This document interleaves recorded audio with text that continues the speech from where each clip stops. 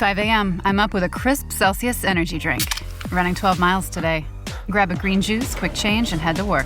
Meetings, workshops. One more Celsius, no slowing down. Working late, but obviously still meeting the girls for a little dancing. Celsius. Live, fit, go. Grab a cold, refreshing Celsius at your local retailer or locate now at Celsius.com.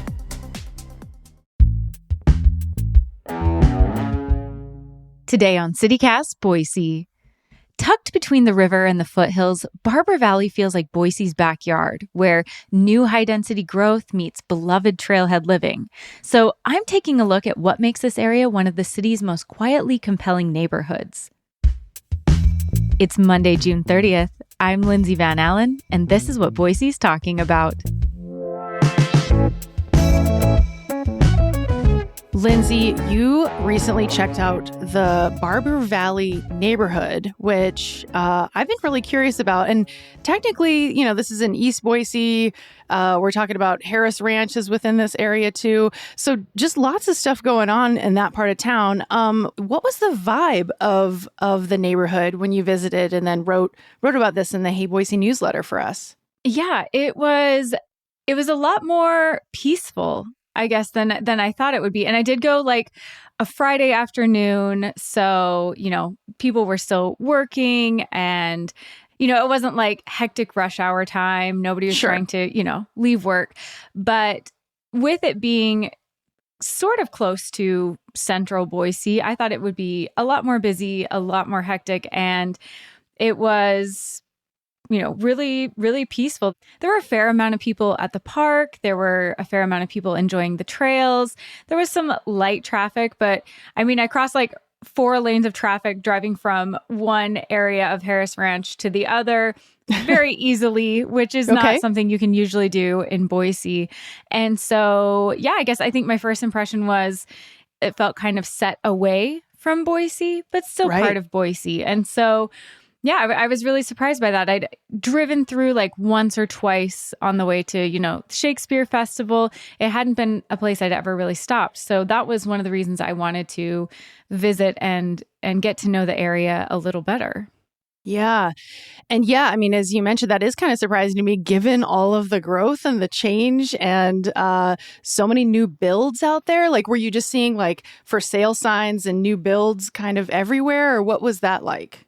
Yeah, definitely like coming along Warm Springs, when you first were getting into the, Barber Valley area, lots of construction, lots of apartments, more business development kind of going in. And then the closer you got to Harris Ranch, the more it, just kind of settled out into these quiet subdivisions, these quiet neighborhoods. So there are areas that are more busy. And I was surprised by how many apartments and higher density builds there were. I guess I've always associated that area with, Harris Ranch, a lot of single family, bigger subdivisions. And I know that there's a lot of growth slated there. They're expected to go from 5,000 to 7,000 residents in just a couple of years. But I was surprised by how many apartment buildings were being built there.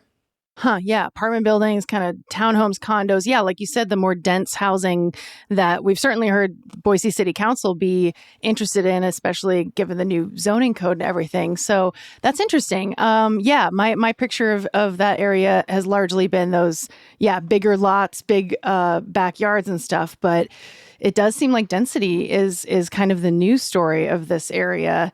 And I'm glad you brought up Harris Ranch specifically because that's, for folks who don't know, that's a planned community that's existed for a couple decades now at least, but not without some controversy. So yes. Can you tell me what's going on with this lawsuit? It's at the state Supreme Court right now. What's happening? Yeah, so it all centers around the idea of a CID tax, or the Community Improvement District taxes that residents of Harris Ranch have to pay. And I'm not an expert by any means. We've had a few episodes talking about it, talking to different people impacted by it. But the idea is that when Harris Ranch was proposed, or when the newer developments of Harris Ranch were proposed, the city didn't want to have to pay for all of that development. That would have been a huge burden on the city of Boise.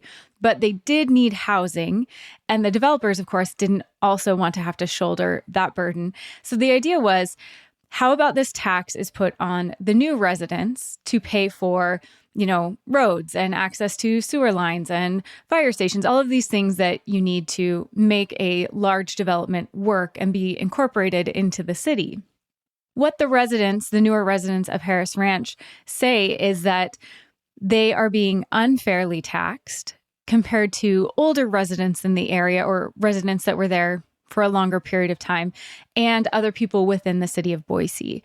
And they're saying that when the vote for that CID happened, that nobody who was going to be taxed actually voted on it because the houses weren't built yet. So people who weren't going to be taxed voted on the idea of who should be taxed and how much they should be taxed. So it's kind of as a taxation without representation idea a little bit, which is, deeply American, that they feel like they moved into the area and it had already been decided what they would pay, how they would pay, and what it would go towards. Like if I move into a school district who's already had a levy, of course, I'm not going to get a say on that. But they said nobody had a say on that, who is going to be taxed. And so there's a question of that. And Idaho had changed its CID laws in 2008. And so it's kind of a newer law. It hasn't been challenged by a lawsuit before. The other issue is that the CID is supposed to be for, these residents claim, for systemic changes. So roads, sewers, water lines, fire departments, things that benefit the entire neighborhood. And they're arguing that a lot of these taxes are actually going to fronting for, beautification in the area that still belongs to the developers, but that they are paying for. And so it's not something that they argue benefits the entire area or systemically helps the subdivision or the development to be incorporated into the city, but it increases property values for the developers and it increases property values for some of the residents. Wow.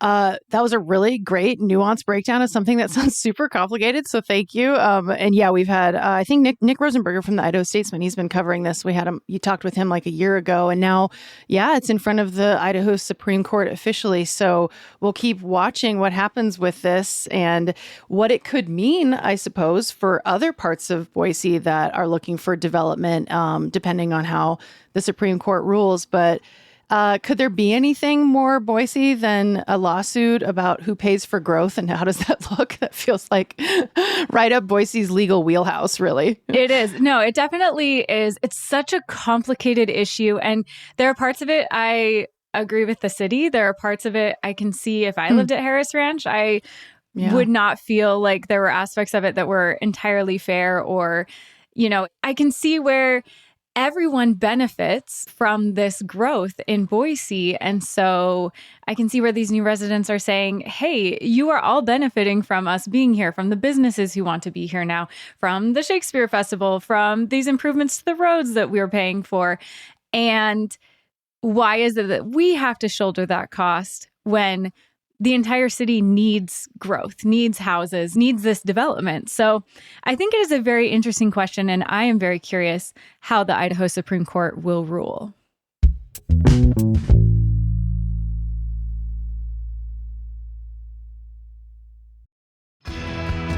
You know that feeling when someone shows up for you just when you need it most?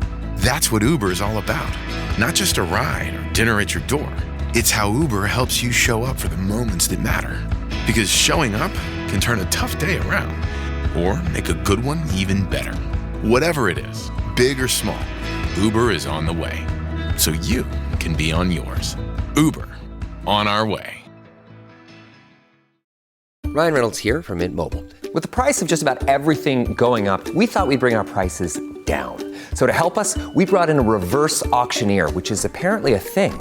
Mint Mobile Unlimited Premium Wireless. How to get 30, 30, bit to get 30, bit to get 20, 20, 20, bit to get 20, 20, bit to get 15, 15, 15, 15, just $15 a month? Sold! Give it a try at mintmobile.com/switch. Upfront payment of $45 for 3-month plan, equivalent to $15 per month required. New customer offer for first 3 months only. Speed slow after 35 gigabytes if network's busy. Taxes and fees extra. See mintmobile.com. Okay, Lindsay, you mentioned businesses that might be in this neighborhood as well as all the homes.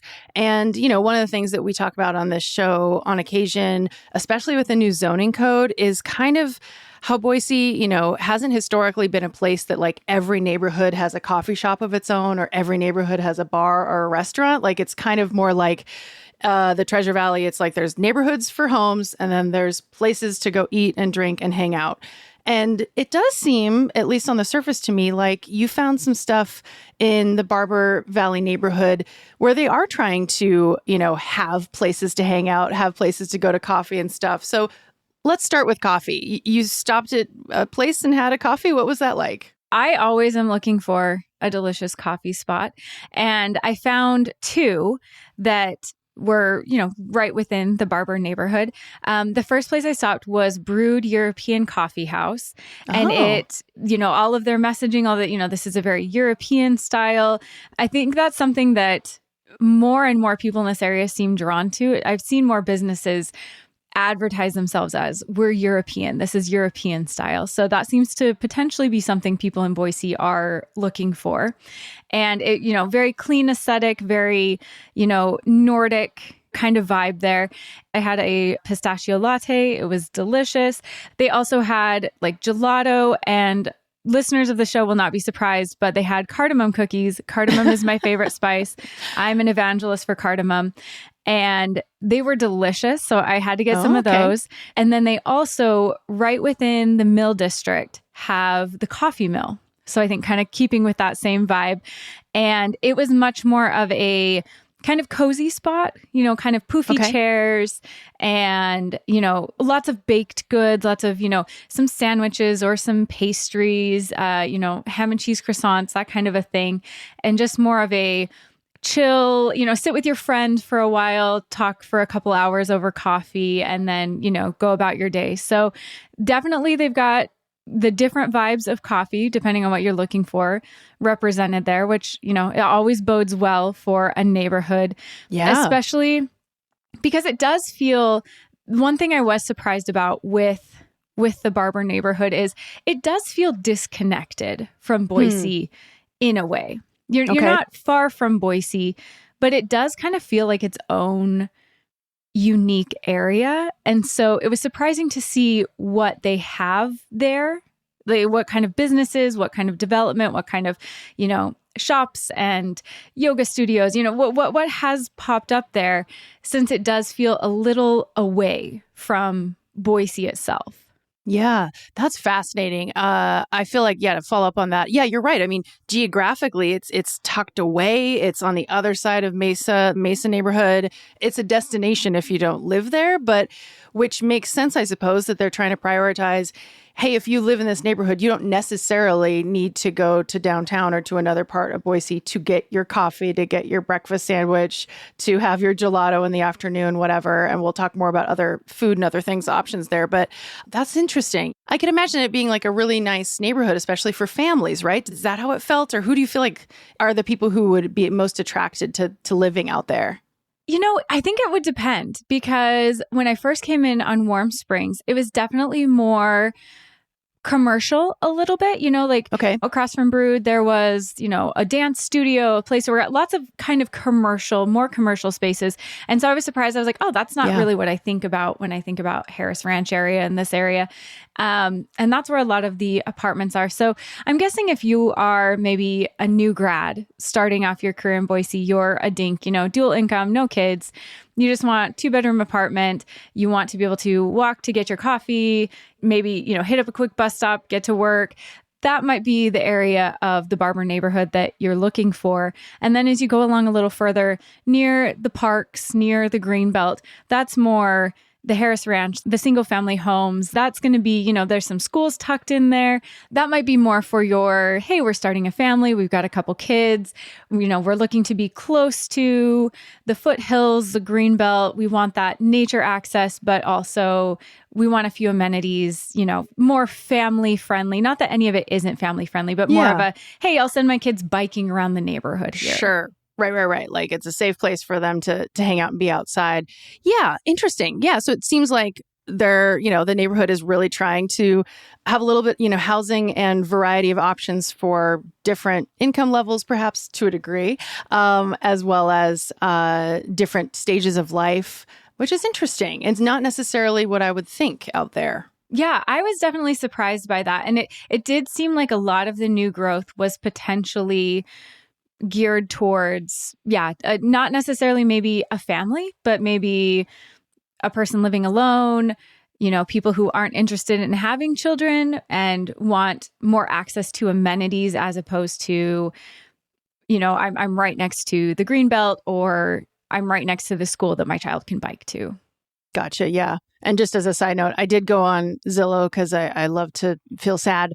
And it seems like there are some options, like I'm looking at like some new builds that are, 2-bedroom, 2-bath, like apartment condo style things that are under $500,000 and that are new builds too, or recently new builds, and then some a little bit over 500. But then, of course, as you mentioned, when you're talking about those single family homes with larger yards and stuff, we're looking at like $1 million for a lot of those, some a little bit under $1 million, but that's definitely the income bracket for those kind of homes. Oh, yes. You and I were on the same wavelength with that. As I was walking around taking pictures, like I was on Zillow because there were some for sale signs. Sure. And I was like, how much does this cost? Especially in the Mill District, it seemed like there were quite a few homes up for sale.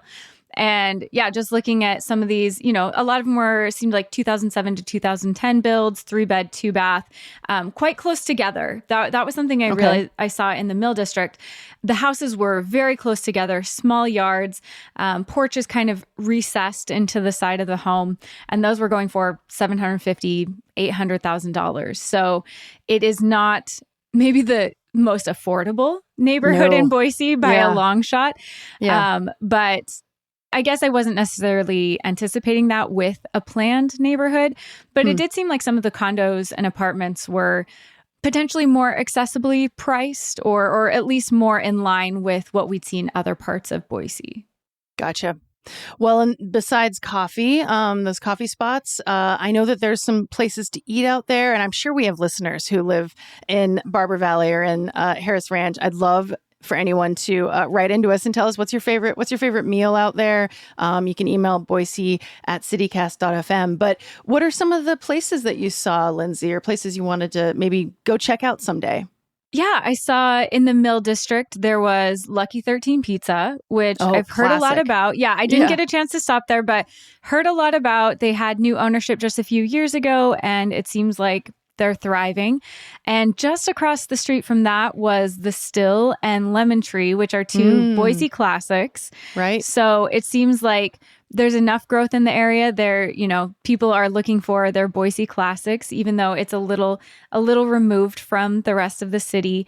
And then there was also a newer restaurant in the area, House of the Little Pig, and that is owned and operated by the same people who run the Lively. I also didn't get a chance to check it out, but it seems like maybe, a little more Mediterranean, kind of upscale eatery in the area. Sure. So it seems like there's enough growth in the area to support more and more of these restaurants opening up and expanding to this neighborhood. I went on, House of the Little Pigs Instagram. It's very pretty. So I'd love to try that sometime. And it makes total sense to have a Still right there. They've expanded in other neighborhoods that are growing. Nice. Okay. Besides eating and drinking, what else did you see, or what else? You kind of mentioned like the outdoorsy options, and also just like being a place where families in particular perhaps could send their kids to the park and not have to worry about it. What were you seeing out there? Yeah, so I went to two parks specifically, Marianne Williams Park and Barber Park. And Barber Park is pretty renowned in this area as one of the main places people go to float the river. Right. And to do that. Put in there. Yep. Lots of signs. You can get equipment there. If you haven't floated the river before, they have guides for being safe. And then it's literally a paved stair-step path down into the river. So they make it easier. Make it as simple as possible with a railing. So you don't even have to be able to balance. And that park was great. It has kind of a long corridor for, dogs, people were playing fetch. And then the Greenbelt kind of weaves right along it and down it. Yeah. That was kind of the theme. The Greenbelt is all over in the Barber neighborhood. You can't go very far without seeing the greenbelt. But overall, very peaceful, very just chill. I was kind of actually surprised, though, for all of the family areas, the single family homes in both Marianne Williams and in Barber Park, there wasn't really any playground equipment. Huh. And maybe that's me coming from Meridian, where every park has minimum some playground equipment, but there wasn't any playground equipment. So that the parks were still great. If you're not looking for playground equipment, that's probably not on your radar. But I did think that was interesting. And then Marianne Williams Park has its fountains. There, has the greenbelt running right through it. It is a dog-free park, I believe, though. They don't want dogs except along the greenbelt path. And so that was unusual. I'm not used to seeing that either. But it was a very peaceful park and had gorgeous views of the foothills. And yeah, I thought it was a great spot. I'd love to go there and just have a picnic. Yeah. Pull out a hammock, just hang, read a book. It was definitely the quintessential go have a picnic, spend an afternoon in a park, just enjoying the foothills and the weather. That would be a perfect park to go to. Yeah, rare to hear a Boise park that doesn't allow dogs at all. But yeah, the fact that they're on the greenbelt, right? So you can still walk through it with your dog, but you're not supposed to let them run around. And I think that that's one of the places where birders are really into hanging out, that there's just really great birding options around there, especially, right next to the river. It makes sense. So yeah, maybe a little bit more like wild parks, or I suppose it only makes sense as you get further east outside of Boise and you're more so in those kind of on the fringes of the wilderness of of nature, that those parks would be a little less developed, I suppose. But yeah, interesting. What about, of course, Shakespeare Festival has been there for decades and decades and has probably seen all of this growth, come up around it. That's, I'm sure, a place that a lot of folks in the neighborhood are lucky enough to be able to just bike over to Shakespeare Festival. How cool would that be? Yeah, absolutely. I was going to say that was kind of the theme of the neighborhood, I felt like, where it's disconnected in some ways or maybe just removed, but also very much connected to a lot of things that are Boise and that people think of when they think of Boise. And the Shakespeare Festival is one of them. And yeah, it really, from most of the neighborhoods, it would just be a short bike ride or just a little jaunt over to the Shakespeare Festival, which is always a gorgeous location and, quintessential Boise. Lots of events there, lots of fantastic entertainment in that area. And also, really close to parks, greenbelt. It all is just very interwoven in this neighborhood. I think this neighborhood, maybe more than others I've seen, when people picture Boise in their head, I think this is what they're picturing. You're right by the foothills. You're right by the greenbelt. You're right by these parks. There are some Boise classics, coffee shops, restaurants, Shakespeare Festival. A lot of these things that we think of when we think of Boise, I think when people picture in their head, this is Boise, the Barber neighborhood fits a lot of those things. Well, thank you so much for being our guide. I'm going to go check it out even closer now. And yeah, really appreciate you breaking this down and telling me more about what's going on in this really bustling, quintessential part of Boise. Yeah, thanks so much for having me go. It was really fun to get to know this part of Boise a little bit better, since it's pretty far away from where I live. And it was really fun to get to wander around and explore and become more acquainted with it.